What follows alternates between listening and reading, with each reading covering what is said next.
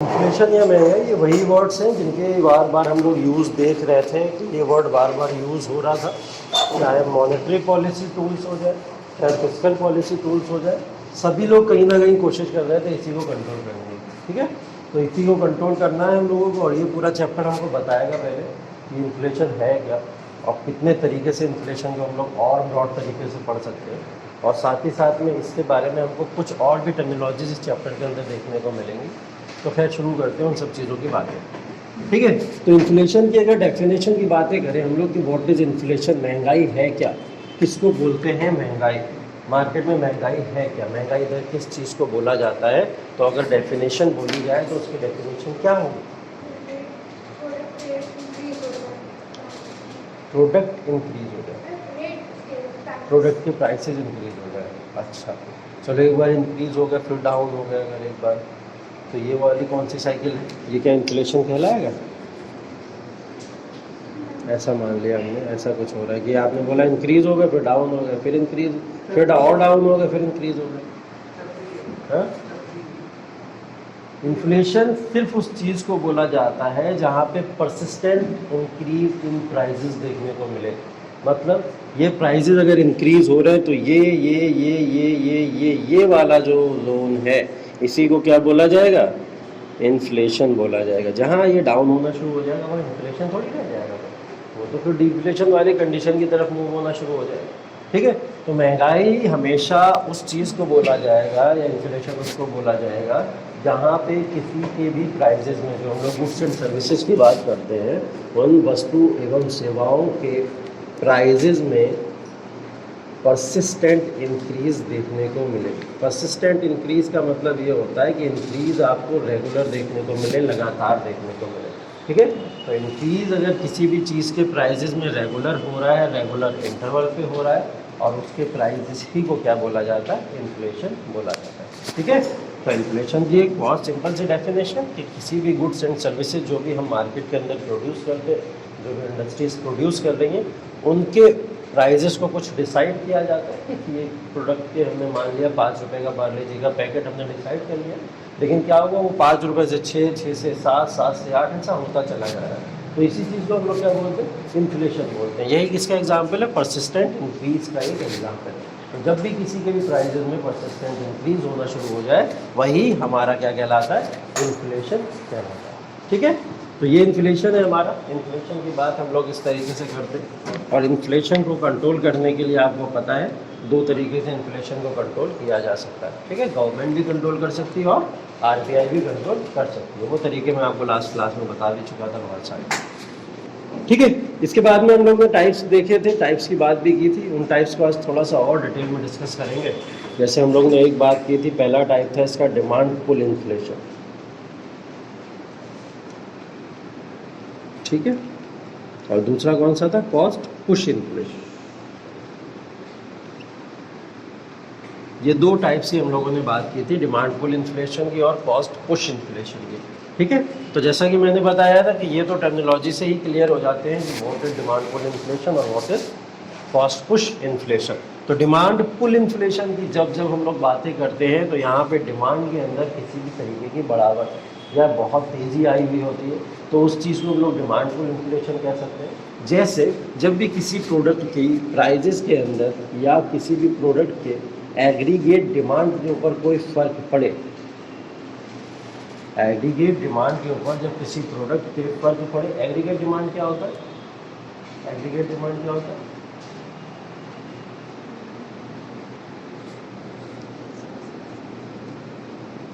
ये service sector है, ये आपका मैन्युफैक्चरिंग सेक्टर है, ये आपका एग्रीकल्चर सेक्टर है।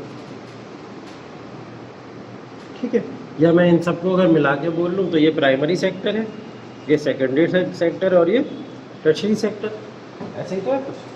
तो एग्रीगेट डिमांड क्या होगा? जब इसकी डिमांड के अंदर, इसकी डिमांड के अंदर और इसकी डिमांड के अंदर सभी लोगों की डिमांड के अंदर एक साथ इंक्रीमेंट देखने को मिले, या इन सब की डिमांड के इंक्रीमेंट को जब हम लोग साथ में लेकर चलते हैं तो वो एग्रीगेट डिमांड होता है। एग्रीगेट का अगर आपको सिनोनिम समझना है तो आप इसको थोड़ा सा टोटल के फॉर्म में भी समझ सकते हो कि जब हम लोग डिफरेंट सेक्टर्स के डिमांड्स को कंबाइन करके काउंट करना शुरू करते हैं तो वही क्या कहलाता है, हमारा एग्रीगेट वर्ड कहलाता है। तो यहाँ पे जो एग्रीगेट डिमांड की बात हो रही है, या जिसकी भी बात यहाँ पे इस टाइप्स में डिमांड पुल इन्फ्लेशन में ये करना चाह रहे हैं, वो ये करना चाह रहे हैं कि सर्विस सेक्टर, मैन्युफैक्चरिंग सेक्टर और एग्रीकल्चर सेक्टर, इन सभी सेक्टर्स के एग्रीगेट डिमांड के अंदर जब इंक्रीमेंट होता है या इनकी जब डिमांड बढ़ती है तो वो क्या कहलाता है, डिमांड पुल इन्फ्लेशन कहलाता है। ठीक है, सिंपल है डेफिनेशन। तीनों सेक्टर हम लोगों ने देख लिए, तमाम सेक्टर्स के डिमांड के अंदर इंक्रीमेंट का मतलब एग्रीगेट डिमांड के अंदर इंक्रीमेंट हो रहा है, और उसी एग्रीगेट डिमांड के इंक्रीमेंट को हम लोग क्या बोलते हैं, डिमांड पुल इन्फ्लेशन बोलते हैं। ठीक है,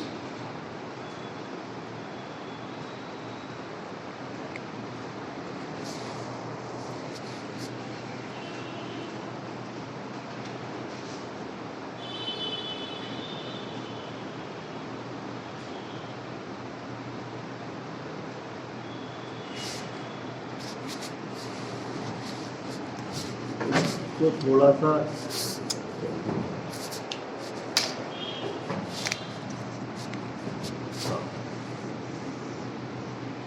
इसको थोड़ा सा एक बार हम लोग ने ऐसे समझा था, आपको याद है हम लोग price and supply, price and demand वाले ग्राफ बना रहे थे एक बार, तो हमने उसमें पढ़ा था डिमांड क्या है, सप्लाई क्या है, ये सब चीज़ें हम लोगों ने देखी नहीं। तो कुछ इसी तरीके से इस ग्राफ को अगर हम लोग ड्रॉ करने की कोशिश करें, ये माना जाता है कि ये है प्राइस लेवल किसी भी चीज़ का। ठीक है, ये जो हमारा वाई एक्सिस है ये क्या है, प्राइस लेवल, और एक्स एक्सिस को अगर हम लोग काउंट कर लें अपने यहाँ की नेशनल इनकम, क्या मान लें, नेशनल इनकम मान लें। नेशनल इनकम सब लोग जानते क्या होती है, नेशनल इनकम राष्ट्रीय आय जिसको बोला जाता है। राष्ट्रीय आय के अंदर ये तमाम सेक्टर्स को इंक्लूड कर दो और इन सबकी इनकम को काउंट कर लो तो वो क्या होता है, नेशनल इनकम होता है। इसकी और ब्रॉड डेफिनेशन है, वो डिस्कशन भी करेंगे बाद में।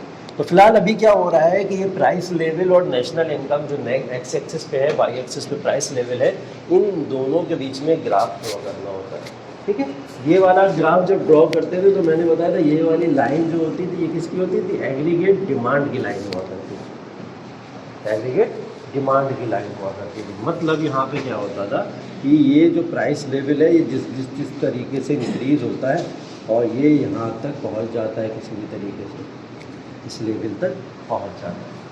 ठीक है, तो जैसे जैसे प्राइस लेवल इंक्रीज हो रहा है वैसे वैसे नेशनल इनकम भी इंक्रीज होती चली जाती है, और ये क्या करते हैं, इस तरीके से कुछ ऐसा ग्राफ ड्रॉ कर देते हैं, जिससे क्या होता है, इसकी जो एग्रीगेट डिमांड होती है उसके ऊपर सीधा सीधा फर्क पड़ रहा होता है। मतलब नेशनल इनकम बढ़ रही है, प्राइस लेवल बढ़ रहा है, साथ साथ में एग्रीगेट डिमांड भी बढ़ रही है, ये हमको ग्राफ दिखाता है। ठीक है, तो ये ग्राफ आपको बताना क्या चाहता है कि ये वाला जो ग्राफ है इधर शिफ्ट होता है, राइट वर्ड शिफ्ट होता है।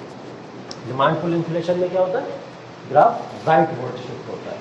डिमांड पुल हो रही है, डिमांड आगे बढ़ रही है, तो डिमांड आगे कैसे बढ़ेगी, जब एग्रीगेट डिमांड और ज़्यादा हो जाएगी, इसको A1 मान लो, एग्रीगेट डिमांड और ज़्यादा हो जाएगी, मतलब प्राइस लेवल और ऊपर चला गया और नेशनल इनकम और आगे चली, यही तो हो जाएगा। ठीक है, तो ये बात बताने की कोशिश इस ग्राफ के अंदर, या आप जब भी इस आंसर को लिखोगे या जब भी डिमांड पुल इन्फ्लेशन की बात करोगे तो उसके अंदर ये ग्राफ ज़रूर मेंशन कर देते। ये ग्राफ क्या बताता है, एग्रीगेट डिमांड की शिफ्टिंग बताता है, ये right word shifting aggregate demand की किस तरीके से हो रही है, कैसे हो रही है। एक हमने प्राइस लेवल ले लिया और एक हमने नेशनल इनकम ले लिया, प्राइस लेवल में इंक्रीमेंट दिखा दिया और नेशनल इनकम में इंक्रीमेंट दिखा दिया, तो हमारा एक एग्रीगेट डिमांड का कर्व बन गया। ठीक है, और इस एग्रीगेट डिमांड के कर्व को जब हमने राइट वर्ड शिफ्ट किया तो हमने क्या देखा कि अगेन प्राइस लेवल और आगे बढ़ाने से और नेशनल इनकम को और बढ़ाने से तभी क्या हो रहा है, एग्रीगेट डिमांड का कर्व शिफ्ट हो रहा है, मतलब डिमांड पुल हो रही है। डिमांड का जो पुल इन्फ्लेशन है वो हमको यहाँ देखने को मिल रहा है, उसका सबसे सटीक एग्जाम्पल ये वाला है। ठीक है, ये हम लोग पूरा चैप्टर पढ़ चुके हैं जो हम लोग डिमांड एंड सप्लाई की बात किए थे प्रीवियस क्लास में। ठीक, जिसको नहीं समझ आएगा ये चैप्टर फिर से भी पढ़ाएंगे तब आप लोग समझ लीजिएगा। अभी इसको इतना समझिए कि दो प्राइस लेवल और नेशनल इनकम इनके बीच में ग्राफ है और ये डिमांड पुल इन्फ्लेशन को दिखा रहा है कि एग्रीगेट डिमांड किस तरीके से आगे शिफ्ट हो जाती है। ठीक है, ये वाला ग्राफ आपको याद होगा, अगर आप लोग को याद करना है तो याद करा देता हूँ मैं। ये वाली लाइन एक और खींचा करते थे हम लोग, ठीक है, और ये लाइन किसकी होती थी, सप्लाई की लाइन होती थी, ये एग्रीगेट डिमांड की लाइन होती थी, और ये क्या होती थी, एग्रीगेट सप्लाई की लाइन होती थी। इसमें भी तो शिफ्टिंग होती थी, कभी लेफ्ट वर्ड होता था कभी राइट वर्ड होता था, ऐसा होता था ना, तो उसके हिसाब से चेक किया जाता था कि सप्लाई बढ़ रही है या नहीं बढ़ रही है। यहाँ हमें सप्लाई थोड़ी देखनी है, यहाँ क्या देखना है हमको, डिमांड देखना है, तो हम लोग डिमांड के हिसाब से इसका कर रहे हैं। ठीक है, तो ये इस तरीके से ये कर्व बनेगा। तो अब देखिए ये सब चीज़ें समझ तो आई, लेकिन इसके पीछे के कारण भी समझिए कि ये डिमांड पुल इन्फ्लेशन हो क्यों रहा है ना, डिमांड से ही क्यों महंगाई बढ़ रही है, ऐसा कारण क्या है इसके पीछे कि डिमांड बढ़ रही है, फिर सप्लाई बढ़ रही है, या फिर महंगाई बढ़ रही है। जो भी चीज़ें हो रही हैं वो सिर्फ इसकी वजह से क्यों बढ़ रही हैं, इसका कॉजेज भी पता होना ज़रूरी है हम लोगों को। डिमांड पुल इन्फ्लेशन के कॉजेज क्या है, कारण क्या है, क्या कारण है जिससे डिमांड पुल इन्फ्लेशन हुआ करता है। ठीक, उन कारणों की चर्चाएं कर लेते हैं एक एक करके। ठीक, क्या कारण हो सकता है, हमको पता महंगाई बढ़ती है जब कहीं पे, तो महंगाई बढ़ने के कुछ कारण होते हैं।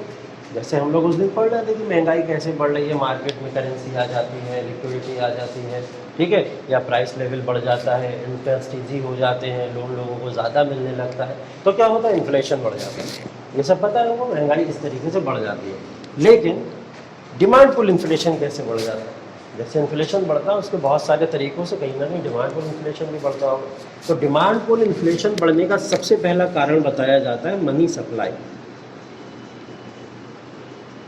मनी सप्लाई क्या है, मनी सप्लाई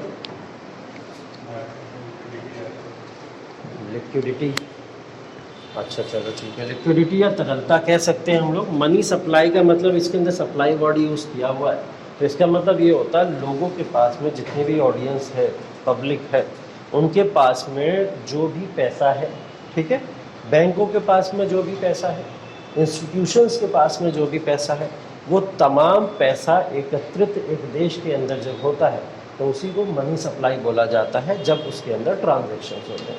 ठीक है, इंस्टीट्यूशंस पब्लिक के साथ में ट्रांजैक्शन करते हैं, पब्लिक किसके साथ में, बैंकों के साथ में ट्रांजैक्शन करती है, या फिर बैंक क्या करते हैं, आरबीआई के साथ में ट्रांजैक्शन करते हैं। तो तमाम बॉडीज़ के पास में जितना भी पैसा है, उन पैसों की जब आदान प्रदान होना शुरू हो जाए, ठीक है, जब उन पैसों का ट्रांजैक्शन होना शुरू हो जाए, तो उसी को क्या बोला जाता है, मनी सप्लाई बोला जाता है। ठीक है, मनी सप्लाई एक बहुत इंपॉर्टेंट टूल है, मार्केट बिना मनी सप्लाई के रन नहीं कर सकते।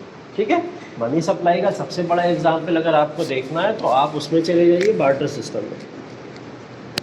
बार्टर सिस्टम सुना होगा आप लोगों ने, ठीक है, बार्टर सिस्टम के अंदर क्या होता था, बार्टर सिस्टम के अंदर जो हम लोग गुड्स के बदले में गुड्स ले लिया करते थे, ठीक है, वस्तु विनिमय जिसको हम लोग बोलते हैं कि हम लोग वस्तुओं के बदले में वस्तु ले लें, और हमको अगर धान की ज़रूरत है, किसी सामने वाले के पास में गन्ना है, तो वो गन्ने के बदले हमें धान मिल जाए। तो जब वस्तुओं का आपस में आदान प्रदान होके हमारी ज़रूरतें पूरी हो जाती थी, तो हम लोग उसको बार्टर सिस्टम कहते थे। इस बार्टर सिस्टम ने ही मनी सप्लाई को जन्म दिया था, क्योंकि बार्टर सिस्टम से लोगों की नीड्स फुलफिल नहीं हो पा रही थी।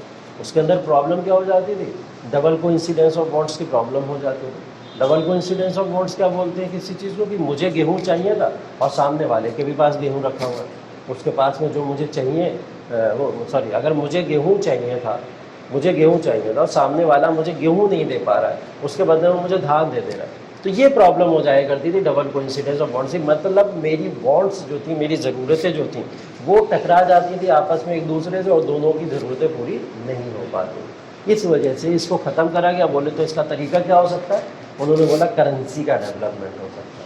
मतलब एक ऐसा कागज़ का टुकड़ा बना लीजिए, या एक ऐसा सिक्का बना लीजिए कि उसको दिया और उसके बदले में आपको गुड्स मिल जाए।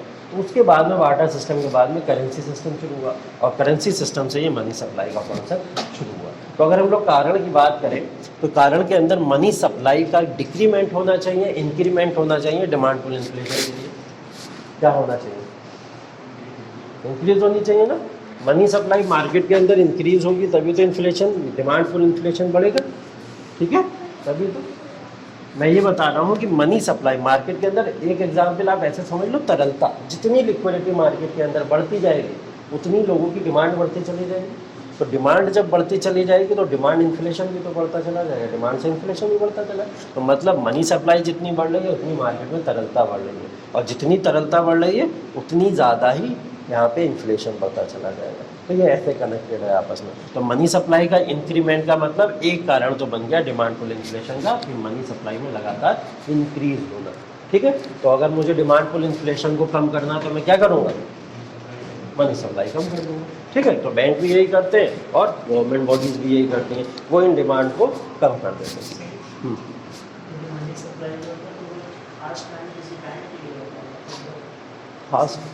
खास टाइम के लिए हाँ हाँ हाँ हाँ। नहीं देखिए, मनी सप्लाई तो हमेशा रहेगा मार्केट के अंदर, मार्केट के अंदर मनी सप्लाई हमेशा रहता है। अब आज हम आप कितने भी लोग हैं आपस में मनी सप्लाई, मनी ट्रांजैक्शन में भी कितना यहाँ से बाहर निकल के करेंगे हम लोग।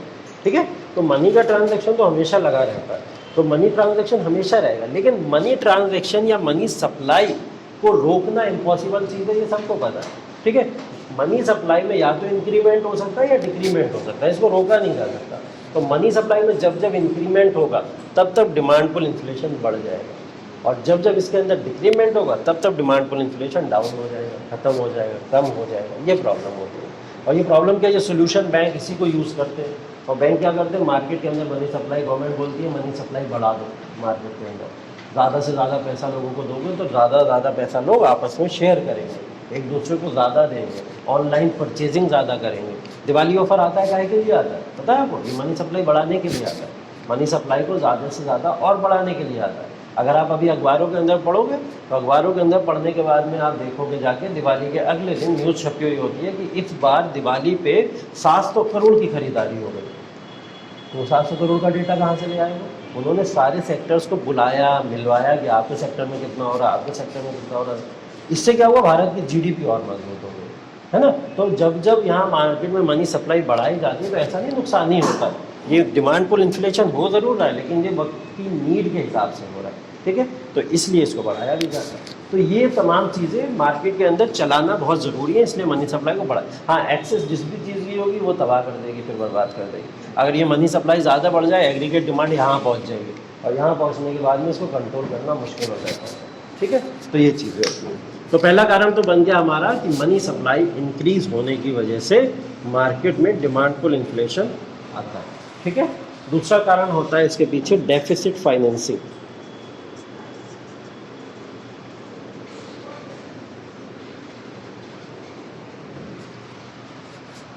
समझते हैं डेफिसिट फाइनेंसिंग? डेफिसिट का मतलब होता है घाटा, ठीक है, और फाइनेंसिंग का मतलब होता है वित्तीय। ठीक, यहाँ क्या बात हो रही है, वित्तीय घाटे की बात हो रही है। तो वित्तीय घाटा किस चीज़ को बोलते हैं, या वित्तीय घाटा क्या चीज़ होती है? अब आपको पता है हमारी कंट्री जो है, जो सोशलिस्ट कंट्री माना जाता है हमको, तो हम लोग क्या करते हैं, हम लोग राशन व्यवस्था लागू किए हुए, जिसको हम लोग पीडीएस सिस्टम कहते हैं, होता है ना, राशन व्यवस्था हम लोग लागू किए हुए पीडीएस सिस्टम हम लोग कहते हैं। होता ये है कि गवर्नमेंट जो है अपनी जो स्पेंडिंग्स करती है, मतलब गवर्नमेंट जो अपने खर्चे करती है, गवर्नमेंट के जो एक्सपेंडिचर्स होते हैं, जितने भी वो खर्चे करती है, तो गवर्नमेंट के खर्चे किस में आएंगे? इसी में तो आएंगे। राशन बांटेगी, पीडीएस सिस्टम को बांटेगी, या फिर क्या करेगी, जितने भी सोशल वर्क है उन सोशल वर्क के अंदर अपना पार्टिसिपेशन देगी, लाइक कंस्ट्रक्शंस वगैरह करवा देगी। ठीक है, रोड कंस्ट्रक्शन से लेकर ब्रिज, पुल, बस स्टेशन, रेलवे स्टेशन, इन सब कंस्ट्रक्शन में पैसा लगा देगी, यही सब करेगी गवर्नमेंट। तो ये सब क्या गवर्नमेंट की स्पेंडिंग्स नहीं है? सब गवर्नमेंट की स्पेंडिंग्स है। तो जब गवर्नमेंट की स्पेंडिंग ज़्यादा हो जाए, जब गवर्नमेंट की स्पेंडिंग ज़्यादा हो जाए, किससे? गवर्नमेंट के रिवेन्यू से। और रिवेन्यू किसको कहते हैं? जो पैसा गवर्नमेंट के पास में आता है, जो पैसा गवर्नमेंट को रिसीव होता है। ठीक है, तो यहाँ पे जो रिसीविंग गवर्नमेंट कर रही है, उस रिसीविंग से भी ज़्यादा एक्सपेंडिचर जब गवर्नमेंट के हो जाए, तो ऐसी कंडीशन क्या होती है? वित्तीय घाटे की कंडीशन होती है। ठीक है, मतलब गवर्नमेंट ने हमको स्कॉलरशिप के नाम पे करोड़ों रुपए तो बांट दिए, स्कॉलरशिप भी तो एक वही है हमारा। ठीक है, तो गवर्नमेंट ने हमको करोड़ों रुपए बांट दिए स्कॉलरशिप के नाम पे, लेकिन लोग गवर्नमेंट को टैक्स देने को तैयार नहीं।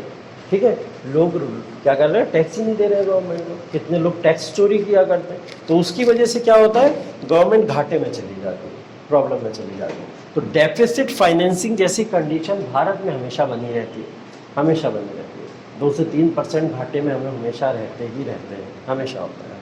ठीक है। तो डेफिसिट फाइनेंसिंग की कंडीशन तभी इंप्रूव होगी जब गवर्नमेंट अपने खर्चे कम करे और लोगों से रिवेन्यू ज़्यादा कलेक्ट करना शुरू करे, ठीक है। ऐसा दिल्ली सल्तनत के शासकों ने करना शुरू किया था, ऐसा दिल्ली सल्तनत के शासकों ने करना शुरू किया था, जनता बोरा गई थी, ठीक है। तो मतलब हमारे ऊपर खर्चा ना करके हमसे टैक्स वसूले चले जा रहे। याद है मोहम्मद बिन तुगलक, जिसको पढ़ा लिखा जाहिल बोला जाता था, ठीक है। तो वो कहीं पे भी टैक्स लगाया करता था, गंगा दोआब वाला रीजन जहाँ पर उन्होंने टैक्स लगा दिया था उस समय जब वहाँ पे फेमिन चल रहा था।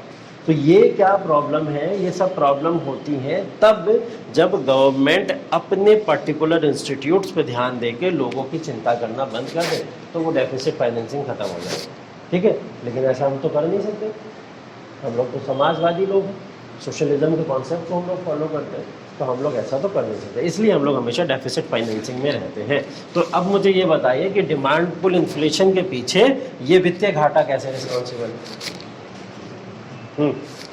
डिमांड पुल इन्फ्लेशन के पीछे वित्तीय घाटा कैसे रिस्पॉन्सिबल है? मार्केट में महंगाई बढ़ रही है, मार्केट में डिमांड पुल इन्फ्लेशन बढ़ रहा है, किसकी वजह से? वित्तीय घाटे की वजह से। क्या ये कहना सही होगा? हाँ, हाँ,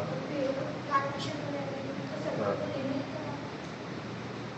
वो तो ज़रूरी चीज़ें हो गई, हम कह सकते हैं इमरजेंसी कंडीशंस हो गई। नॉर्मल कंडीशन में बताइए, नॉर्मल कंडीशन में अगर ये वित्तीय घाटा हो रहा है तो इस वित्तीय घाटे होने की वजह से मार्केट में क्या महंगाई बढ़ेगी? वो भी डिमांड महंगाई, जो हम लोग मांग की महंगाई कहते हैं, वो बढ़ेगी क्या अगर गवर्नमेंट को घाटा हो रहा है? तो इससे क्या महंगाई दर बढ़ेगी है? तो घटेगी तो हमने इसको लिखा क्यों है?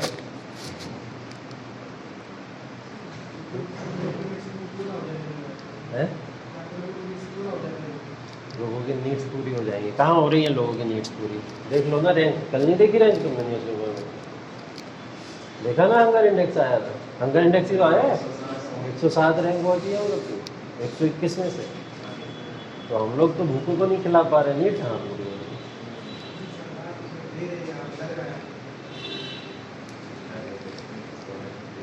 देखो क्या है, डेफिसिट फाइनेंसिंग या वित्तीय घाटा जो है, वित्तीय घाटा इन्फ्लेशन या महंगाई के साथ रिस्पॉन्सिबल कैसे, दोनों एक दूसरे में कनेक्शन क्या है इसको समझो पहले। वित्तीय घाटा जब जब होता है मार्केट के अंदर तो आपको पता है गवर्नमेंट अपने खर्चे बढ़ा रही है, और गवर्नमेंट जब अपने खर्चे बढ़ाती है, जब एक्सपेंडिचर बढ़ाती है तो वो एक्सपेंडिचर खर्चे कहाँ पहुँचते हैं? मार्केट में ही तो पहुँचते हैं। पैसा कहाँ जा रहा है? सब मार्केट में तो जा रहा है। तो जितना पैसा मार्केट में चला जाता है उतनी मार्केट में लिक्विडिटी भी बढ़ती चली जाती है, तरलता भी बढ़ती चली जाती है। तो मार्केट के अंदर गवर्नमेंट जितनी स्पेंडिंग बढ़ाएगी अपनी, उतनी ही ज़्यादा डेफिसिट फाइनेंसिंग भी बढ़ेगी, और जितनी तरलता मार्केट में आती जाएगी उस हिसाब से इन्फ्लेशन भी बढ़ता चला जाएगा। तो ये हो गया कनेक्टेड, एक दूसरे से नहीं हो गया कि deficit financing demand pull inflation से रिलेटेड क्यों है। अब यहाँ पे जो डिमांड वर्ड की बात हो रही है, क्या लोग कभी राशन व्यवस्था की डिमांड करते हैं? हमेशा करते हैं। आप बंद करवा के दिखाइए जरा डिमांड, कैसे बंद करवा दोगे राशन व्यवस्था? भले से गवर्नमेंट के पास में 1 रुपया ना बचाओ और राशन व्यवस्था बंद होगी, लोग रोड पे आ जाएंगे, ठीक है, और बवाल मचा देंगे। नहीं कर सकते बंद, अब राशन व्यवस्था आपको करनी पड़ेगी जो शुरू से चलती आ रही है, कई सारे लोग जिंदा इसी वजह से, ठीक है। तो ये वाली व्यवस्था है, इसलिए गवर्नमेंट दूसरा तरीका अपना रही है, धीरे धीरे गवर्नमेंट अब दूसरा तरीका अपना रही है। गवर्नमेंट क्या कर रही है? गवर्नमेंट को पता है कि राशन व्यवस्थाओं को ख़त्म करना है किसी भी तरीके से, लोगों को सेल्फ डिपेंडेंट बनाना है, और जब तक सेल्फ डिपेंडेंट इकोनॉमी हमारी नहीं बनेगी तब तक हम लोग दूसरी कंट्रीज़ के साथ में कम्पीट तो नहीं कर पाएंगे, किसी भी हाल में नहीं कर पाएंगे, ठीक है। तो ये सेल्फ डिपेंडेंट बनाने के लिए गवर्नमेंट कर क्या रही है? राशन कार्ड लोगों के ख़त्म करा रही है, ठीक है। बॉडीज़ बैठी हुई है, इंस्टीट्यूट बैठे हुए हैं, आप राशन कार्ड अप्लाई करोगे जाके मार्केट के अंदर जाओ, क्या होगा? कई कई सालों तक आपका राशन कार्ड ही बन के नहीं आता है ना? नहीं आता, पीला लाल काला कोई भी कार्ड बनवाने जाओ, ठीक है, कुछ बन के नहीं आता है आपका। क्यों बन के नहीं आ रहा है? पहले आ जाता था तुरंत, 1-2 दिन में ही हो जाता था, ऑनलाइन डिजिटल कुछ भी नहीं था तब, तुरंत बन के आ जाता था। आज के समय में क्यों नहीं आ पाता है? सिर्फ यही वजह से, क्योंकि गवर्नमेंट अब क्या कर रही है, अपना हाथ बहुत कंट्रोल कर रही है इन सब चीज़ों में।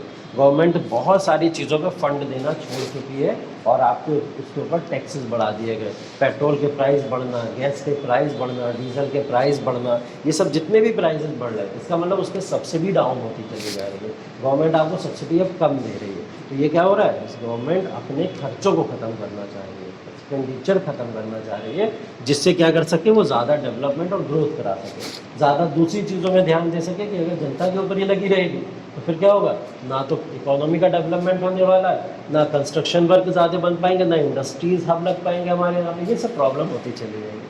ठीक है, लेकिन उसके बाद में भी ये कुछ उल्टा होता चला जा रहा है, कुछ उल्टा होता चला जा रहा है। कल की एक न्यूज़ छपी थी, निर्मला सीतारमन जी पहुँची थी यूएसए। ठीक है, यूएसए में एक न्यूज़पेपर छपता है, उस न्यूज़पेपर के अंदर उन्होंने 12% को बायकॉट करने की बात करी, टोटल 12% को। बोले भारत के अंदर इन 12% को बायकॉट कर देना चाहिए पूरी तरीके से, इंटरनेशनल बॉडीज़ को, अगर वहाँ के लोग उसको बायकॉट नहीं कर रहे। उसके अंदर निर्मला सीतारमन का फ़ोटो सबसे बीच में सबसे बड़ा था। ठीक है, वो यूएसए में गई और यूएसए का पेपर ऐसा बात छाप रहा है कि इनको बायकॉट कर देना चाहिए इंडिया के अंदर। क्यों कर देना चाहिए बायकॉट? बोले कि इन्होंने जो निवेश किया करते थे हम लोग भारत के अंदर, जो हम निवेश किया करते थे, इन लोगों की वजह से इन्होंने आर्थिकी और परिस्थितियां इतनी ख़राब कर दी हैं भारत की कि जिसकी वजह से इन लोगों की वजह से हम वहाँ पे अब निवेश या इन्वेस्ट भी नहीं कर पाते। तो ऐसा उन्होंने वहाँ पे लिखा हुआ था। बड़ा बवाल हो गया इस बात को लेकर, ढूंढा गया कि किसने छापा, क्या करा, भी उसके ऊपर सर्च चली रही है कि क्या हुआ था। ऐसा 12% बड़े बड़े उनके ऊपर आरोप लगे हैं, और वो 12% के अंदर निर्मला सीतारमन का फ़ोटो सबसे बीच में और सबसे बड़ा। ठीक है, तो इस तरीके से भेजूंगा आप लोग को ग्रुप पे, फ़ोटो आया भी है उसका। तो ऐसे इस तरीके के जब भारत के ऊपर आरोप लगेंगे तो निवेश तो हो नहीं पाएगा, इन्वेस्टमेंट तो हो नहीं पाएगा, कंस्ट्रक्शन कैसे होगा, इंडस्ट्रीज़ कैसे आएंगे, और हम पैसा यहाँ से कम क्यों कर रहे हैं? इसीलिए तो कर रहे हैं, स्पेंडिंग खत्म इसीलिए कर रहे हैं कि बाहरी निवेश हमारे पास में बढ़े और हम लोग ज़्यादा से ज़्यादा ग्रोथ करें इकोनॉमी में, वो हो नहीं पा रहा है, तो ये प्रॉब्लम हो रही है। इसलिए भारत को बहुत ज़रूरी है समझना, इंडिया को बहुत ज़रूरी इस बात को समझ लेना है कि आप बिना सोशलिज्म के कॉन्सेप्ट के ग्रोथ कर ही नहीं सकते। हर पर्सन की, हर कंट्री की, हर नेशन की अपनी एक पर्टिकुलर अलग अलग क्वालिटीज़ होती हैं। उन क्वालिटीज़ में अमेरिका की क्वालिटी कैपिटलिज्म है, वो शुरू से उसके ऊपर डिपेंडेंट रहा है। पढ़ लो ना इतिहास, वर्ल्ड हिस्ट्री पढ़ रहा है आप लोग देख रहे होंगे। फ्रांस देखा हम लोग ने, वो अभी हमेशा कैपिटलिज्म के ऊपर। चाइना कम्युनिज्म से हटेगा बर्बाद हो जाएगा, कम्युनिज्म की ही फिलॉसफी को वो अपना सकता है।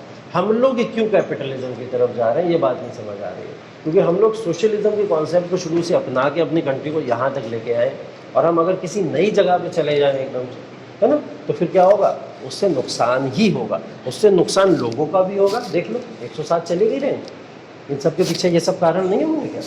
बिल्कुल कारण होंगे। गवर्नमेंट अपनी स्पेंडिंग खत्म कर रही है लोगों के ऊपर से, और लोग क्या होंगे? पॉवर्टी की तरफ बढ़ना शुरू होंगे, हंगर की तरफ बढ़ना शुरू होंगे। प्रॉब्लम होगी कि नहीं होगी? इसी वजह से रैंक ख़राब होती है हमारी, और ये रैंक को समझने के लिए गवर्नमेंट को भी इस चीज़ों को समझना बहुत ज़रूरी है। अगर इन चीज़ों को टाइम से नहीं समझा गया तो होगी फिर बहुत बड़ी प्रॉब्लम। जैसे पढ़ते हैं अकाल, ठीक है, जैसे अंग्रेज़ों के समय में देखते थे ना, कुछ स्टार्चे कमीशन बने थे उस समय में, इसलिए बने थे फैमिली को ख़त्म करने के लिए, फिर भी वो कुछ नहीं कर पाए, इतने बड़े बड़े कमीशन। तो ऐसी कंडीशन भी आ जाती है कंटिन्यू, और ये आज के समय में भी आती है। आज के समय में वेनेजुएला सबसे बड़ा एग्जाम्पल है, कुछ सालों के अंदर अभी हम लोगों ने देखा। ठीक है, अफ्रीका के अंदर तो लगातार आता रहता है ऐसा कुछ ना कुछ फैमिली जैसी कंडीशन। तो हम लोग ऐसी कंडीशन में अभी क्यों जाने की कोशिश कर रहे हैं? 107 रैंक बहुत वर्स्ट रैंक होती है, बहुत वर्स्ट। और जब आप पूरी दुनिया की 3rd लार्जेस्ट इकोनॉमी है, तब आप ये 107 रैंक हो, तो वो बहुत ख़राब चीज़ है, बहुत ख़राब, है ना। तो इसके पीछे के कारण समझने पड़ेंगे, और कारण समझ के अच्छे सजेशन लेके अच्छे सजेशन को मानना पड़ेगा। ठीक है, लेकिन हो नहीं रहा है ऐसा, क्या करा जाए? खैर, हम लोग का काम पढ़ना है, पढ़ लेते हैं। ठीक है, सॉल्व करना गवर्नमेंट का काम है। तीसरा कारण है इसके पीछे फॉरेक्स। फॉरेक्स क्या होता है? अभी बात करी थी ना हम लोग ने, चलो इसमें फॉरेक्स रिजर्व कर लो।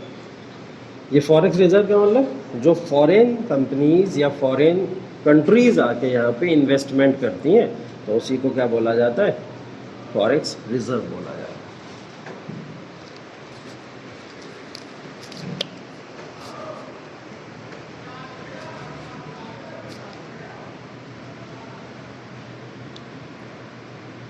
Forex reserve. ठीक है, अब मुझे ये बताइए, demand pull inflation forex reserve से डायरेक्ट कैसे कनेक्टेड है? अगर हम लोग फॉरेन इन्वेस्टमेंट को बढ़ा दें तब डिमांड पुल इन्फ्लेशन बढ़ेगा, या फॉरेक्स रिजर्व को घटा दें तब डिमांड पुल इन्फ्लेशन बढ़ेगा? घटाने से बढ़ेगा। क्यों?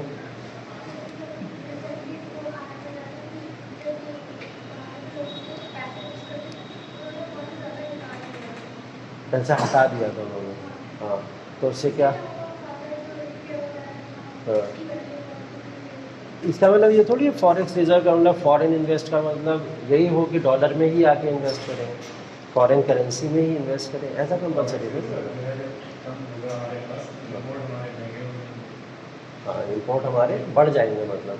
अच्छा, हाँ, अच्छा, चलो यहाँ पे लिख देता हूँ मैं। आपने बोला कि फॉरेक्स रिजर्व हमारा जब होगा तो इंपोर्ट बढ़ जाएगा। ठीक है, इंपोर्ट बढ़ गया, फिर एक्सपोर्ट पे उल्टा प्रभाव पड़ेगा, फिर तो इससे एक्सपोर्ट कम हो जाएगा फिर तो, है ना? ऐसे ही होगा। फॉरेक्स रिजर्व जब भारत के अंदर ज़्यादा पैसा आ रहा है, फॉरेन इन्वेस्टमेंट आ रहा है, इसका मतलब ये तो है फॉरेन इन्वेस्टमेंट ज़्यादा आ रहा है। तो भारत के अंदर जब ज़्यादा पैसा आएगा, जब जिसके पास ज़्यादा पैसा होता है तो वो शर्मा जी होता है ना, और शर्मा जी मिठाई वाले पास जाते हैं, ज़्यादा पैसा फेंकते हैं, लाओ दो हम। तो इंपोर्ट क्या होना चाहिए? घट जाना चाहिए ना, ज़्यादा क्या हो जाना चाहिए? पैसा ज़्यादा है ना, तो जेब भारी है हमारी, तो हमारी जेब भारी है तो हम लोग ज़्यादा खरीदने की कोशिश करेंगे ना, तो क्या होगा फिर? ये वाला कंडीशन होगी इसके साथ तो। ठीक है, चलिए ये देखते हैं हम लोग कि फॉरेक्स रिजर्व बढ़ा, फॉरेन इन्वेस्टमेंट बढ़े, मार्केट में पैसा ज़्यादा आने लगा, इंडस्ट्री ज़्यादा इंक्रीज होने लगी और लोग को ज़्यादा एम्प्लॉयमेंट मिलने लगा। Employment is directly proportional to inflation, पता है हमको? तो जैसे जैसे एम्प्लॉयमेंट बढ़ रहा है, किसी वजह से बढ़ रहा है, इन्फ्लेशन बढ़ रहा है, उस हिसाब से बढ़ रहा है। तो हम ये कह सकते हैं कि जैसे जैसे फॉरेक्स रिजर्व मार्केट में बढ़ेगा, वैसे वैसे डिमांड फुल इन्फ्लेशन भी हमारा।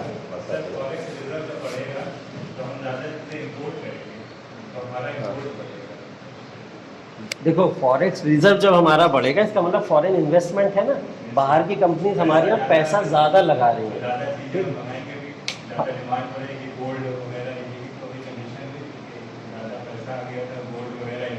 हाँ, वो कुछ कंडीशन में था, वो इमरजेंसी, वो कुछ कैसे, जैसे गोल्ड हो गया, डायमंड हो गया, ऑयल हो गया, ऐसी चीज़ों के ऊपर था।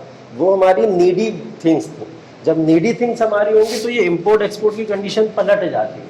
ठीक है, ये मैं जनरल कंडीशन में बात कर रहा हूँ। उस समय क्या हुआ था आपको पता है कि गोल्ड के क्राइसिस भी चल रहे थे मार्केट के अंदर, और अभी भी चल ही रहे हैं। हम देख रहे हैं ना कि 50-60 के तोला पहुँच चुका है, इतनी हालत खराब हो चुकी है। ठीक है, और पेट्रोलियम डीजल के भी प्राइसेस देख रहे हैं, ऑयल्स भी देख रहे हैं हम लोग कैसे लगातार बढ़ता चला जा रहा है। इसलिए फॉरेन इन्वेस्टमेंट जब बढ़ता है, मार्केट के पास में जब पैसा ज़्यादा होता है, तो मार्केट के पास में पैसा ज़्यादा होते समय हम लोग यहाँ पे ज़्यादा से ज़्यादा वस्तुओं को क्या करते हैं, बनाना शुरू कर देते हैं। यहाँ पे उनका देखते हैं आप लोग कि प्रोडक्शन बढ़ जाता है, और जैसे प्रोडक्शन बढ़ेगा उतनी सारी वस्तुएं हम भारत में कैसे यूज़ करें? हम क्या करते हैं, उसको चलो बेचते हैं दूसरी जगहों पे, इससे और बिजनेस बढ़ेगा, ट्रेड बढ़ेगा। तो फॉरेन इन्वेस्टमेंट का वन ऑफ द फैक्टर यही है कि आपके एक्सपोर्ट में इंक्रीमेंट होता है, और एक्सपोर्ट में इंक्रीमेंट हमेशा पॉजिटिव होता है, कभी खराब नहीं होता। ठीक है, तो भारत अभी ज़्यादातर डिपेंडेंट किसके ऊपर? इम्पोर्ट के ऊपर डिपेंडेंट हो जाती है। अभी फिर एक डेटा आया है जिसके अंदर क्या हुआ, हम लोग ने इस साल बहुत इम्पोर्ट किया, अंधाधुंध इम्पोर्ट किया, और एक्सपोर्ट हमारा कम है, तो इससे नुकसान ही तो है। ये भी कंडीशन क्या है, यही है डेफिसिट वाली। ठीक है, ये भी बैलेंस ऑफ पेमेंट एक वर्ड होता है, बैलेंस ऑफ पेमेंट। जब हम लोग ट्रेड करते हैं किन्हीं कंट्रीज़ के साथ में, तो बैलेंस ऑफ पेमेंट एक वर्ड में होता है, और बैलेंस ऑफ पेमेंट में जहाँ पे इंपोर्ट एक्सपोर्ट को जो बैलेंस कर पाते हैं वही अच्छी कंट्रीज़ कहलाती है। और हम लोग हमेशा इस चीज़ में पीछे रह जाते हैं, हम लोग इंपोर्ट बहुत ज़्यादा कर ले रहे हैं, एक्सपोर्ट कम कर रहे हैं। ठीक है, इस वजह से प्रॉब्लम होती है। होना ये चाहिए, और ये सबसे परफेक्ट कंडीशन होती है हमारी। ठीक है, तो यही है हमारा डिमांड पुल इन्फ्लेशन। मतलब अगर हमारी फॉरेक्स रिजर्व्स के अंदर इंक्रीमेंट हुआ तो डिमांड पुल इन्फ्लेशन के ऊपर उसका सीधा प्रभाव पड़ता है। ठीक है, 3 रीज़न समझ आ गए।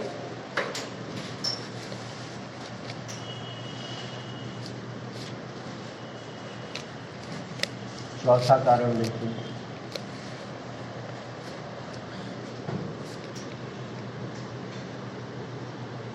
सैलरीज, वेजेस या पेमेंट्स बढ़ेगा घटेगा? बढ़ना चाहिए ना। अब तो सीधी बात क्लियर है ना, अब तो इसको समझाने की जरूरत नहीं है। मतलब लोगों की सैलरी बढ़ेगी तो लोग ज़्यादा खरीदारी करेंगे ना, ऐसे तो होगा। वेजेस बढ़ेंगे, ज़्यादा सैलरी बढ़ेगी, तो मतलब क्या हुआ, तरंता ज़्यादा आ गई मार्केट में, तो उससे क्या होगा, ये सब चीज़ें ज़्यादा बढ़ेंगी, डिमांड पुल इन्फ्लेशन बढ़ जाएगा। ठीक है, ये सैलरी तो हमने मान लिया वाइट मनी है। अगर मैं यहाँ पे ब्लैक मनी भी लिख दूँ ब्लैक मनी अगर मैंने लिख दिया, जो काला धन होता है, ठीक है, जिसको डीमोनेटाइजेशन के समय निकालने की बात की गई थी और जो नहीं निकल पाया, ठीक है, जो नहीं निकल पाया, ठीक। तो वो जो बात हुई थी यहाँ पे ब्लैक मनी की, ये ब्लैक मनी का मतलब डिमांड पुल इन्फ्लेशन पे प्रभाव कैसे डालेगी? ये बढ़ने से डालेगी, घटने से डालेगी? है, बढ़ने से ही डालेगी ना। पैसा ही तो है, काला हो सफ़ेद हो, पैसा तो पैसा है, ठीक है। तो ये भी अगर बढ़ेगी तो बढ़ने के बाद में क्या करेगी? मार्केट के ऊपर सीधा इम्पैक्ट डालेगी, जिससे डिमांड पुल इन्फ्लेशन फिर से बढ़ सकता है, ठीक है। तो डिमांड पुल इन्फ्लेशन इससे भी बढ़ेगा। हाँ, वो इंपोर्ट और एक्सपोर्ट वाली बातें भी याद रखना, इसको भी नोट कर लेना। अगर इंपोर्ट घटेगा तो डिमांड पुल इन्फ्लेशन पे फर्क पड़ेगा, एक्सपोर्ट बढ़ेगा तो डिमांड पुल इन्फ्लेशन पे भी प्रभाव पड़ेगा। यहाँ पे अगले पॉइंट चाहो तो यही लिख लो, इंपोर्ट एंड एक्सपोर्ट। यहाँ पे इंपोर्ट घटा रहे हैं हम लोग और एक्सपोर्ट बढ़ा रहे हैं।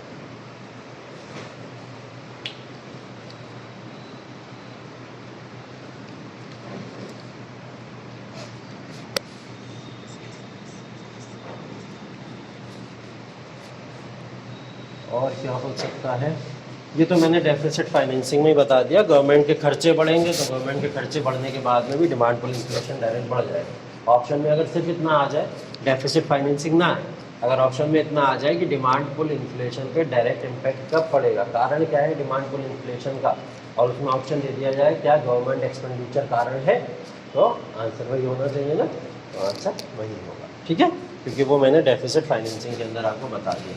और बताइए कारण क्या हो सकते हैं इसके? कारण इसका पॉपुलेशन हो सकता है, पॉपुलेशन हो सकता है, पॉपुलेशन का बढ़ना या पॉपुलेशन का घटना? बढ़ना। कैसे? क्या बात है, तुम लोग तो इकोनॉमी समझ गए, गुड, यही है, कनेक्ट कर लेना तो बस ये देखो, बस एक बार फंस गया पेज अगर दिमाग के अंदर तो फिर सब कनेक्ट होता चला जाता है, ठीक है। तो पॉपुलेशन जैसे जैसे बढ़ेगा उस हिसाब से भी हम लोग देखेंगे कि ये सब चीज़ें होती हैं।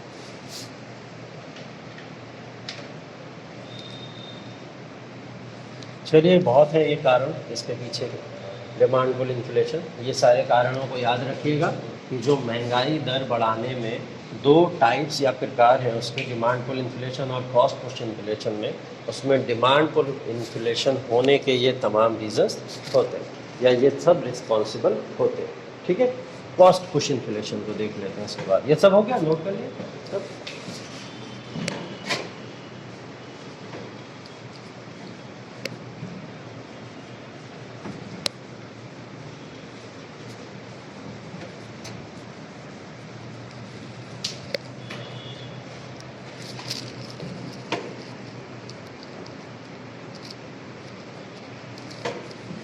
चलिए, यहाँ पे कॉस्ट पुश इन्फ्लेशन की बात हो रही है, और जब भी कॉस्ट की बात हो रही है यहाँ पे, तो कॉस्ट का मतलब हम लोग लगा लेते हैं प्रोडक्शन से, ठीक है। कॉस्ट का मतलब हम लोग क्या समझ लेते हैं, कहीं ना कहीं प्रोडक्शन की बात हो रही है, उत्पादन की बात हो रही है या उत्पाद की बात हो रही है। तो जब भी कॉस्ट वर्ड यूज हो जाए आप लोग डायरेक्ट इससे कनेक्ट कर दिया करो। अब जहाँ प्रोडक्शन आ जाए वहाँ प्रोडक्शन के अंदर एक वर्ड और आ जाता है, जुड़ जाता है इससे, वो होता है सप्लाई, ठीक है। अगर हम किसी भी चीज़ का प्रोडक्शन करेंगे तो उसको मार्केट में सप्लाई तो करेंगे, ठीक है, तो मार्केट में सप्लाई करेंगे। तो मैंने आपको बताया डिमांड पुल इन्फ्लेशन के अंदर कि जब किसी भी चीज़ की एग्रीगेट डिमांड बढ़ जाए तो वो डिमांड पुल इन्फ्लेशन है, और कॉस्ट पुश इन्फ्लेशन में क्या होगा, जब किसी भी चीज़ की एग्रीगेट सप्लाई बढ़ जाए तो वो क्या हो जाएगा, कॉस्ट पुश इन्फ्लेशन हो जाएगा, ठीक है। मतलब जब भी किसी भी चीज़ की एग्रीगेट सप्लाई, और एग्रीगेट सप्लाई कौन सी सेक्टर्स में, वही वाले हमारे सेक्टर, प्राइमरी, सेकेंडरी और टर्शरी, क्योंकि एग्रीगेट वर्ड लगा है तो हम लोग तमाम सेक्टर्स को यहाँ पे इन्वॉल्व करके ही पढ़ते हैं, ठीक है। तो ये तमाम सेक्टर्स इसके अंदर आ जाते हैं, तो प्राइमरी हो, सेकेंडरी हो या टर्शरी हो, cost of production is directly dependent on supply, ठीक है। तो कॉस्ट ऑफ प्रोडक्शन का इम्पैक्ट सप्लाई के ऊपर पड़ेगा, और सप्लाई की वजह से ही हम लोग देखते हैं कैसे मार्केट के अंदर एक एग्रीगेट सप्लाई से कॉस्ट पुश इन्फ्लेशन क्रिएट हो जाता है, ठीक है। तो ये कॉस्ट पुश इन्फ्लेशन किसकी वजह से हो रहा है, सप्लाई की वजह से हो रहा है। सप्लाई वाला ग्राफ पता है, अभी बताया था पीछे, ये होता है, ये हमारे पास में एग्रीगेट सप्लाई, एग्रीगेट सप्लाई, ठीक है। ये वाला ग्राफ कुछ इस तरीके से बनता है, ठीक।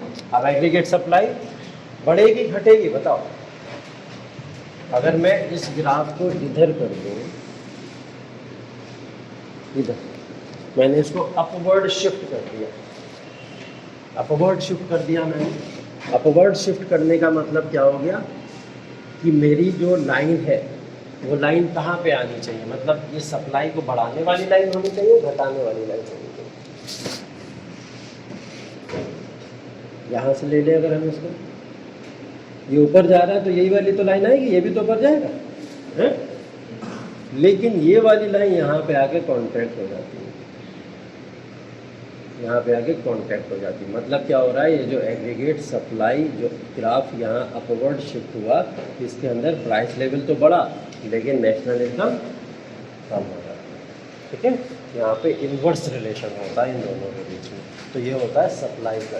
ठीक, तो यहाँ पे क्या हुआ, हमने देखा प्राइस लेवल तो बढ़ा लेकिन उसकी वजह से क्या हुआ, यहाँ पे इनकम के ऊपर इम्पैक्ट क्या पड़ा, निगेटिव इम्पैक्ट पड़ा यहाँ पे। तो सप्लाई क्या हुआ, यहाँ पे रिड्यूस होना शुरू हो गई। ठीक, और इसका बहुत ही कॉमन एग्जाम्पल ये है कि हम लोग कभी कभी प्रोडक्शन उतना नहीं कर पाते, कभी कभी क्या हमेशा हम इतना प्रोडक्शन नहीं कर पाते जितने हम सप्लाई लोगों की पूरी कर पाते। हो पाता है क्या ऐसा 135 करोड़ की कंट्री के अंदर क्या हम इतना प्रोडक्शन कर सकते हैं कि सबके पास में सब चीज़ें पहुंच जाए? नहीं पहुंच सकती, इसलिए ये आपको नेगेटिव दिखता है। ठीक है, डिमांड में तो नहीं दिखाता ऐसा, डिमांड तो कितनी भी कर सकते हैं लोग, करते रहो डिमांड, 135 करोड़ करते रहेंगे। ठीक है, लोग दो बार करेंगे तो 270 करोड़ लोग करेंगे। ठीक है, करते रहे डिमांड, लेकिन डिमांड से क्या फ़र्क पड़ता है? नहीं, फ़र्क सप्लाई से पड़ता है ना, कि जितनी डिमांड करी उतनी सप्लाई हो गई क्या? नहीं हो, तो तभी तो ये ग्राफ क्या हुआ, इधर शिफ्ट हो गया। ठीक है, ये इस तरीके से इधर शिफ्ट हो जाता है।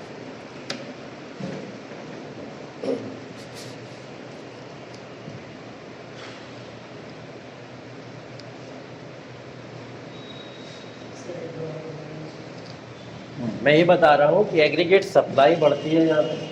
एग्रीगेट सप्लाई को हम बढ़ाने कैसे दिखा रहे हैं, इस ग्राफ के अंदर दिखा रहे हैं। एग्रीगेट सप्लाई तब बढ़ी हुई मानी जाती है जब ग्राफ कैसा अपवर्ड शिफ्ट होता है। ठीक है, अपवर्ड शिफ्ट कैसे होता है, प्राइस लेवल बढ़ेगा और इधर की नेशनल इनकम रिड्यूस हो जाती है, तो उसकी वजह से ये ग्राफ क्या होता है, अपवर्ड शिफ्ट हो जाता है। जो क्या शो कर रहा है, एग्रीगेट सप्लाई अगर 100 करोड़ की थी तो अब कितनी हो गई है, कितनी हो गई, बढ़ गई है, कम हो गई? प्राइस लेवल के हिसाब से 200 करोड़ पहुंच गई है, लेकिन नेशनल इनकम क्या हुआ, उसकी वजह से रिड्यूस हो गई।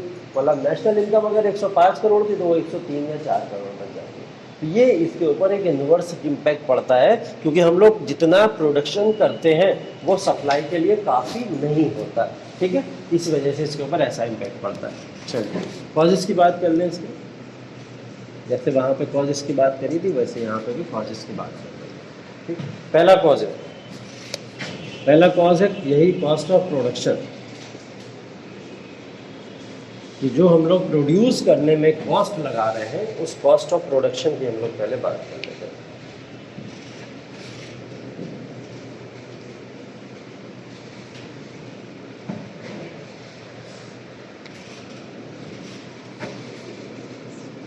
कॉस्ट ऑफ प्रोडक्शन को बोला जाता है जब इनपुट्स के अंदर इंक्रीज हो जाए तो कॉस्ट ऑफ प्रोडक्शन भी इंक्रीज होती है, और कॉस्ट ऑफ प्रोडक्शन जब इंक्रीज होती है तो उसी को हम लोग बोलते हैं कॉस्ट पुश इन्फ्लेशन। ठीक है, कॉस्ट ऑफ प्रोडक्शन का मतलब क्या होता है, इनपुट्स के अंदर बढ़ोतरी, और इनपुट्स के अंदर बढ़ोतरी जब होती है तो उसी को हम लोग क्या बोलते हैं, कॉस्ट पुश इन्फ्लेशन बोलते हैं। ठीक है, इसको थोड़ा और समझाते हैं। देखिए इनपुट्स होते क्या है, ये इनपुट्स वाला वर्ड आपको परेशान कर सकता है। इनपुट्स होते क्या, इनपुट्स दो तरीके के होते हैं, एक होते हैं फैक्टर्स और एक होते हैं नॉन फैक्टर्स। ठीक, कॉस्ट ऑफ प्रोडक्शन एक बड़ा वर्ड है, उसको तोड़ के पढ़ रहे हैं थोड़ा हम लोग। ठीक है, कॉस्ट ऑफ प्रोडक्शन का मतलब क्या हो गया कि उत्पादन में लगी हुई जितनी भी कीमत है उस कीमतों की बात करनी है, और उत्पादन में लगी हुई कीमतें जब बढ़ती हैं तब कॉस्ट पुश इन्फ्लेशन भी बढ़ता है। तो उत्पादन में लगी हुई कीमतें हैं क्या, उत्पादन में लगी हुई कीमतें वो हैं कि जब इनपुट्स के अंदर बढ़ोतरी हो जाए, और इनपुट्स के अंदर जब बढ़ोतरी होती है तो कॉस्ट ऑफ प्रोडक्शन बढ़ जाता है। तो वो इनपुट्स के अंदर बढ़ोतरी क्या है, क्या है वो इनपुट्स होते हैं दो तरीके के, जैसे एक होता है फैक्टर और एक होता है नॉन फैक्टर। फैक्टर इनपुट क्या क्या हो सकते हैं, फैक्टर इनपुट होते हैं आपके रेंट, वेजेस, क्या होते हैं, रेंट, वेजेस, जैसे मैं अगर एक एग्जाम्पल लूँ, आपने कोई एक प्रॉपर्टी खरीदी, उस प्रॉपर्टी के ऊपर अब कंस्ट्रक्शन कराना है, तो कंस्ट्रक्शन कराने के लिए आपको क्या क्या चीज़ों की ज़रूरत होगी। एक खाली प्रॉपर्टी खरीद ली, तो खाली प्रॉपर्टी में जैसे सबसे पहली तो प्रॉपर्टी की ज़रूरत थी हमको, हमने लैंड खरीद लिया। लैंड पहली ज़रूरत है हमारी किसी भी जगह को कंस्ट्रक्ट या डेवलप करने के लिए। दूसरी क्या ज़रूरत हो सकती है? हाँ, पैसा, मनी। हाँ, अच्छा, लेबर बोलो, लेबर अच्छा वर्ड है। सीमेंट सरिया भी बोल दो। लैंड हो गया, लेबर हो गया, जो भी आपने बोला कि हाँ ज़रूरत है, मनी की ज़रूरत है, मटेरियल्स की ज़रूरत है, इन सब चीज़ों की ज़रूरत होती है। तो इन सब चीज़ों के लिए जो है वो लेबर के अंदर वो सब चीज़ों को हम लोग काउंट करते हैं। लेबर कॉस्ट जिसको हम लोग बोलते हैं, उसके अंदर लेबर का पैसा भी दे दिया, सीमेंट सरिया बजरी कट्टा ये सब का पैसा भी दे दिया, ठीक है, वो सब हो गया उसके अंदर। इसके अलावा तीसरी चीज़ होती है एंटरप्रेन्योर। एंटरप्रेन्योर जब तक कोई मालिक प्रॉपर्टी खरीदेगा ही नहीं तब तक प्रॉपर्टी बने कैसे, ठीक है। तो एंटरप्रेन्योर भी उसके लिए ज़रूरी होता है। ये सब क्या है, प्रॉपर्टी किसी भी चीज़ को कंस्ट्रक्ट करने की वो वजह है जिसको हम लोग कंस्ट्रक्ट करते हैं किसी प्रॉपर्टी। अब इसका देखिए, लैंड का जब हम लोग लैंड के ऊपर क्या करते हैं कि लैंड के जो हमने कंस्ट्रक्ट करना शुरू किया, तो लैंड को बनाने के लिए हमको क्या करना पड़ा, जैसे आपने बोला कि हमको पैसा लगाना पड़ता है, मनी लगाना पड़ता है, बहुत सारी चीज़ें लगानी पड़ती है। तो जब हम लैंड, लेबर, एंटरप्रेन्योर को इंक्लूड करते हैं तो ये लोग हमको इसके रिवर्स में कुछ देते हैं, मतलब हमको इनके रिवर्स में कुछ देना पड़ता है। जैसे मेरी ये प्रॉपर्टी है, इस प्रॉपर्टी में मैं क्या करूँ, किसी को बुलाऊँ और बोलूँ यहाँ पे कंस्ट्रक्शन करना, वो कंस्ट्रक्शन के बदले में उससे कीमत मांग लेना कि मैं उससे पैसे लूँगा, आपसे ये सब चीज़ें लूँगा, तो उसकी कीमतों को हम लोग रेंट और वेजिस के नाम दे रहे हैं। क्या नाम दे रहे हैं? रेंट और वेजिस का नाम दे रहे हैं। इसी को हम लोग क्या बोलते हैं, फैक्टर्स बोलते हैं, ठीक है। यही सब क्या होते हैं, फैक्टर। इनपुट्स क्या थे हमारे, ये सब, ये क्या है, इनपुट्स है। अब इनपुट्स को हमने दो तरीके से बांट दिया, एक फैक्टर हो सकते हैं और एक नॉन फैक्टर्स हो सकते हैं। इनपुट्स में जो फैक्टर्स होंगे वो इनपुट में, जैसे लेबर है, लेबर क्या लेगा हमसे, पैसा लेगा, वेजेस लेगा, ठीक है, वेजेस दिया करेंगे। लैंड हमारी क्या होगी, अगर हम लैंड को छोड़ भी दें तो वो हमको किराया तो देती रहती है कम से कम, तो हमको रेंट मिलता रहेगा, उससे नहीं मिलता रहेगा, ठीक है, तो रेंट मिलता चला जाए। तो इन इनपुट्स के ये तमाम फैक्टर्स होते हैं, ठीक है। तो इन फैक्टर्स को यहाँ पे काउंट करते हैं, ये फैक्टर्स हो सकते हैं। नॉन फैक्टर्स अगर हम लोग बात करें तो नॉन फैक्टर्स हो सकते हैं आपके, जैसे प्राइजेस का बढ़ जाना, ठीक है। नॉन फैक्टर्स में क्या हो सकता है, प्राइजेस का बढ़ जाना, मतलब कीमतों का बढ़ जाना। अब हमने प्रॉपर्टी खरीदी, प्रॉपर्टी खरीदने के बाद में हम, अभी हमने माना था कि हमारे यहाँ जो रॉ मटेरियल हुआ करता था, रॉ मटेरियल में जैसे जो सीमेंट सरिया की बातें आप लोग कर रहे हैं, एक कट्टा माना सीमेंट का हमको 800 रुपये का मिलता था, और उसके बाद में जैसी प्रॉपर्टी मैंने खरीदी, मैंने बनवाना शुरू किया, वो कट्टा 1200 रुपये का पहुँच गया। क्या हुआ, यहाँ पे प्राइजेस का हाई हो गया। ऐसा मैंने काउंट नहीं किया था ज़मीन को खरीदते समय, मुझे तो पता था मेरी कॉस्ट इतनी आ जाएगी बनवाने में, लेकिन जब मैंने खरीद लिया तब वो कॉस्ट बढ़ गई, ठीक है। तो वो क्या होते हैं, नॉन फैक्टर होते हैं, मतलब मुझे पता नहीं था कि ऐसा कुछ होगा, इसलिए हमने उनको किस में डाल दिया है, नॉन फैक्टर्स में, जैसे प्राइसेस हो गए या रॉ मटेरियल हो गए, इनका बढ़ जाना। कि मैंने सोचा था 20 कट्टे लगेंगे, लेकिन लग कितने गए, 30 कट्टे लगे, ठीक है। मैंने सोचा था कीमतें कितनी है, एक कट्टे की 800 रुपये, लेकिन वो कितने की होगी, 1200 रुपये की होगी। तो ये सब का फैक्टर्स रिस्पॉन्सिबल इसी चीज़ों पे करते हैं, फैक्टर्स और नॉन फैक्टर्स, ठीक है। तो ये ही होते हैं कॉस्ट ऑफ प्रोडक्शन, ठीक है। कॉस्ट ऑफ प्रोडक्शन को कैसे समझते हैं, इनपुट्स हम लोग समझते हैं, जब इनपुट्स बढ़ते हैं तो कॉस्ट ऑफ प्रोडक्शन बढ़ती है। इनपुट्स हमारे क्या होते हैं, लैंड, लेबर, एंटरप्रेन्योर, ये सब हमारे इनपुट्स होते हैं, और इन इनपुट्स के हम लोग फैक्टर्स और नॉन फैक्टर्स में डिवाइड कर देते हैं। फैक्टर्स हमारे कौन से हो सकते हैं, लैंड हो सकता है, वेजेस हो सकते हैं, और नॉन फैक्टर्स कौन से हो सकते हैं, प्राइजेस और रॉ मटेरियल्स। ये सब याद रखिएगा, डायरेक्ट क्वेश्चन आता है कि कॉस्ट ऑफ प्रोडक्शन में इनपुट्स क्या है, कॉस्ट ऑफ प्रोडक्शन में इनपुट्स के अलावा फैक्टर्स में क्या क्या आता है और नॉन फैक्टर्स में क्या क्या आता है, ठीक है। तो ये सब चीज़ें इसके अंदर आती हैं, ठीक।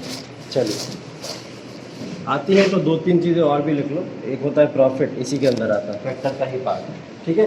प्रॉफिट भी किसका पार्ट है, फैक्टर का, और इंटरेस्ट भी इसी का पार्ट है। तो ये चारों वर्ड भी कभी कभी यूज़ हो जाते हैं, तो ये फैक्टर्स के अंदर आप लोग इन चीज़ों को याद रखिएगा।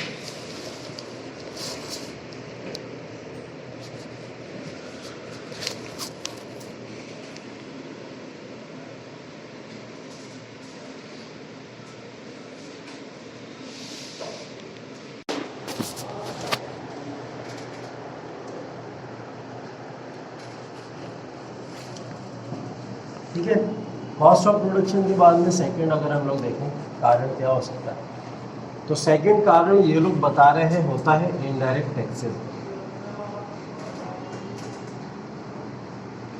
सेकंड कारण ये लोग बता रहे हैं इनडायरेक्ट टैक्सेस, मतलब कॉस्ट पुश इन्फ्लेशन का दूसरा कारण क्या बताया जा रहा है, इनडायरेक्ट टैक्सेस बताया जा रहा है।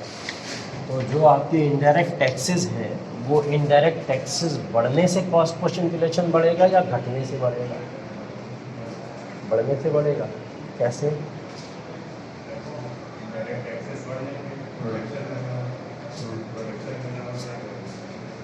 अच्छा, इनडायरेक्ट टैक्सेस बढ़ जाएंगे।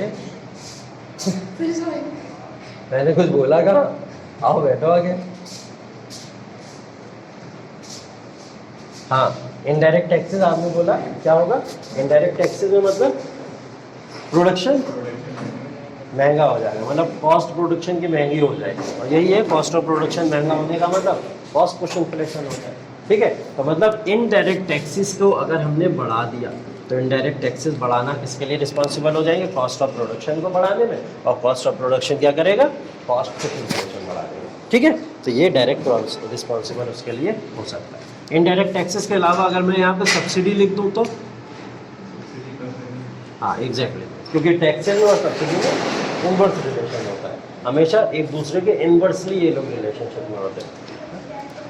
हाँ देखो, इनडायरेक्ट टैक्सेस को अगर हमने बढ़ाया तो प्रोडक्शन भी क्या होते हैं, महंगे हो जाते हैं, कॉस्ट बढ़ जाती है उनकी, तो कॉस्ट ऑफ प्रोडक्शन तो बढ़ गई। यही तो हुआ, प्रोडक्शन की कॉस्ट बढ़ने का मतलब कॉस्ट ऑफ प्रोडक्शन बढ़ जाना, यही तो हम बोल रहे थे, कॉस्ट ऑफ प्रोडक्शन बढ़ने का मतलब क्या होता है, कॉस्ट पुश इन्फ्लेशन होता है, इसलिए ये डायरेक्टली रिस्पॉन्सिबल है। और अगर इनडायरेक्ट टैक्सेस बढ़ गए उसकी वजह से, अगर हम लोग सब्सिडी से कंपेयर करें तो टैक्सेस इज इन्वर्सली रिलेशन किसके साथ में, सब्सिडी के साथ में। गवर्नमेंट जो भी फायदे लोगों को दे रही है उसके बदले में रेवेन्यू ले रही है, तो वो एक दूसरे से इन्वर्स रिलेशन में होते हैं हमेशा। हाँ, तो सब्सिडी हमेशा क्या होगी, घटेगी, तो जब जब सब्सिडी घटेगी तब तब कॉस्ट पुश इन्फ्लेशन बढ़ता चला जाएगा। ठीक है, मार्केट में महंगाई बढ़ती ही थी, यही कारण होते हैं, तो ये एक दूसरे से इन्वर्स रिलेशनशिप होता है। ठीक है,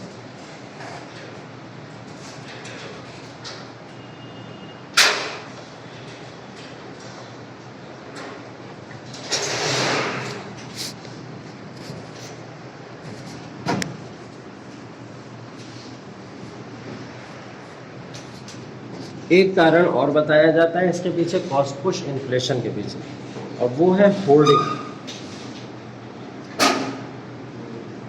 एंड स्पेकुलेशंस।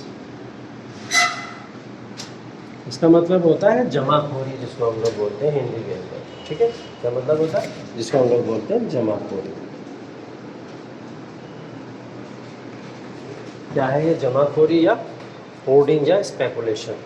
ठीक, तो होर्डिंग या स्पेकुलेशन की जब हम लोग बात करते हैं तो इसका कॉस्ट पुश इन्फ्लेशन से क्या लेना देना है, मतलब हमने किया प्रोडक्शन, ठीक है, और हमने करके रख लिया ज़्यादा प्रोडक्शन, डिमांड आई थी हमारे पास में 100 लोगों की, कि 100 लोग हमसे किसी चीज़ को मांग रहे हैं, और हमने क्या करा, उसको रोक के रख लिया। हमने कर लिया था 200 का प्रोडक्शन, और 100 हमने क्या करे, रोक के रख लिया। अब हम उन 100 को यूज़ कब करेंगे, जब कोई इमरजेंसी आएगी। क्या होगा, जब मार्केट में बहुत ज़्यादा किसी भी चीज़ की कह सकते हैं हम लोग डिमांड एकदम से बढ़े, अचानक से बढ़े, जैसे अभी कोविड के समय में अचानक से देखने को मिला हमको कि कुछ अफवाहें उड़ गई थी, कोविड भी नहीं था, सिर्फ एक अफवाह उड़ी थी नमक खत्म हो रहा है, और लोग पहुंच गए थे दुकानों पे नमक की बोरियां ढूंढ लाए थे। ठीक है, तो लोगों ने नॉर्मल देखा, अपने अपने गाँवों शहरों में देखा होगा ये चीज़ कि कितनी नॉर्मल हो गई थी, वहाँ पर लूट लाए थे। तो वो क्यों लूट के लाए थे, वो होर्डिंग करना चाहते थे अपने पास, स्पेकुलेशंस को करना चाहते थे, वो सोच रहे थे कि अगर आगे चल के अकाल पड़ा या रोग किसी भी तरीके से हुआ तो देखो एक बोरी में किसी की ज़रूरत पूरी होगी क्या, बहुत है एक बोरी, पता नहीं कितने सालों चलेगी। वो क्या करते उस नमक का, उस नमक को 2 नंबर में बेचते वो लोग, है ना, 10 रुपए के पैकेट को 50-50 रुपए में बेचते, इसलिए उन्होंने होर्डिंग करना शुरू कर दी नमक की। तो ये होर्डिंग और स्पेकुलेशन किस पे डिपेंडेंट करता है, सीधे प्रोडक्शन पे डिपेंडेंट होता है, और जो चीज़ प्रोडक्शन पे डायरेक्टली डिपेंडेंट होती है उसकी वजह से कॉस्ट भी बढ़ जाती है। उसी कॉस्ट बढ़ने का मतलब क्या होता है, कॉस्ट पुश इन्फ्लेशन। ठीक है, तो कॉस्ट पुश इन्फ्लेशन इसके ऊपर डायरेक्टली डिपेंडेंट होता है। ठीक,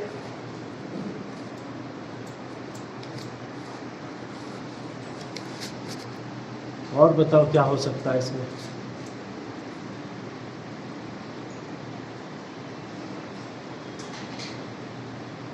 यहाँ पे इंपोर्ट लिख सकते हैं क्या, एक्सपोर्ट इंपोर्ट?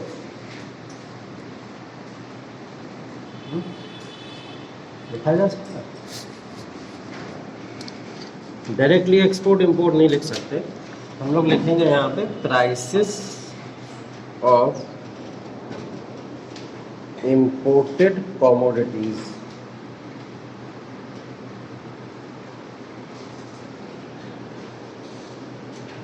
आयात की गई वस्तुओं के कीमतों की बात करते हैं, ठीक है। आयात की गई वस्तुओं की कीमत की बात यहाँ पे करते हैं। तो आयात की गई वस्तुओं के बढ़ने से, जो उनकी कीमत बढ़ने से, यहाँ पे हम लोग एक बढ़ने वाला सिंबल भी बना देते हैं जिससे हमको ये बात और क्लियर हो जाए कि जो वस्तुएं हम लोग आयात कर रहे हैं या जो वस्तुएं हमारे यहाँ आ रही हैं उनके प्राइजेस जब जब बढ़ेंगे उसकी वजह से कॉस्ट ऑफ प्रोडक्शन भी बढ़ेगा, ठीक है। उसकी वजह से कॉस्ट ऑफ प्रोडक्शन भी बढ़ेगा और cost of production is directly responsible for cost push inflation, ठीक है। जो वस्तुएं हम लोग मंगा रहे हैं, जो वस्तुएं हम लोग इंपोर्ट कर रहे हैं, उन वस्तुओं की कीमतों में अगर उछाल होता है, उन वस्तुओं की कीमतें अगर बढ़ती हैं तो वो कीमतों का बढ़ना किस पे रिस्पॉन्सिबल होता है, डायरेक्ट प्रोडक्शन के ऊपर रिस्पॉन्सिबल होता है, प्रोडक्शन के ऊपर पूरा का पूरा डिपेंडेंट है। तो उसी वजह से क्या होता है, कॉस्ट पुश इन्फ्लेशन के साथ साथ में बढ़ जाता है, ठीक है। ये वो पॉइंट्स हैं आपके जो प्रीलिम्स में क्वेश्चन बना के देगा।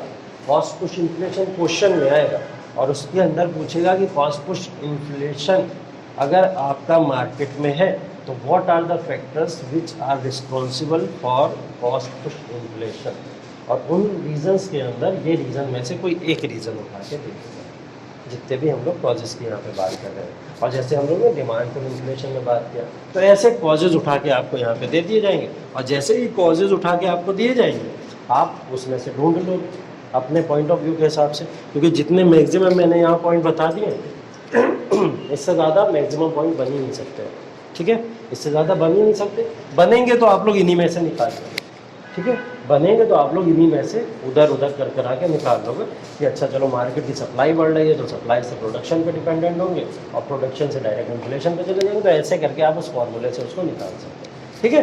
तो ये कनेक्शन अगर एक बार बन गया आपके माइंड में, जैसे उस दिन हम लोग ने चार्ट बनाया था, एक आपने पॉइंट पकड़ लिया था कि हम लोग ने MSF बढ़ा दिया, MSF बढ़ाने से क्या हुआ, सिर्फ एक फैक्टर चेंज हुआ ऊपर का, बाकी सब नीचे अलग चेंज हुआ। तो सिर्फ एक फैक्टर हमने पकड़ा था, बाकी सब यही है पूरी इकोनॉमी के अंदर, सिर्फ एक चीज़ पकड़ लीजिए आप, बाकी सब अपने आप सॉल्व होती है, अपने आप सॉल्व होती है। वो बनाया है कभी, क्या होता है, क्या बोलते हैं, पजल वाला, जो पजल सॉल्वर होता है, एक ट्रिक ही तो चाहिए होती है उसमें, बस एक ट्रिक पकड़ लीजिए बस उसको, जहाँ पे एक ट्रिक सॉल्व हुई अपने आप पूरा पहिया घूमता है और आप खुद सेट हो जाते हैं वहाँ पे जाके, ठीक है। तो वैसा ही पजल है ये पूरा, एक वाला बस पूरा कॉन्सेप्ट जो प्योर कॉन्सेप्ट है वो पकड़ लीजिए, उसके बाद में पूरी इकोनॉमी खुद सॉल्व होती है, ठीक है। बस पहली वाली अंडरस्टैंडिंग को बहुत क्लियर रखिएगा, बाकी सारे फॉर्मूले खुद समझ आ जाएंगे, ठीक। तो आज इतना रखते हैं इसको, ठीक है। इसके बाद में रीजंस की बात करेंगे कुछ पीछे, यूपीए सरकार के दौरान 2010 से 14 तक कुछ प्रॉब्लम्स हुई थी, उनकी बातें करने वाले हैं।